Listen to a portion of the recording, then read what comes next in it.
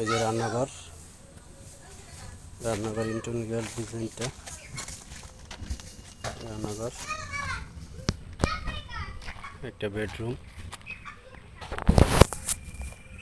এই যে একটা বেডরুম। এটা হইল ড্রয়িং রুম, এটা হইল ডাইনিং রুম,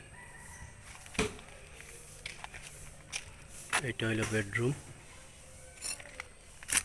এটা হইল বেডরুম, আর এটা হইল বাথরুমের জলছাদ।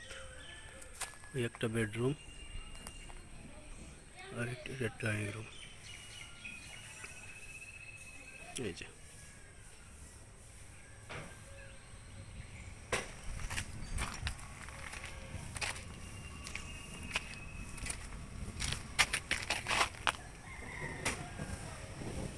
এই যে পুরো আমার ছাদের জন্য প্রস্তুত।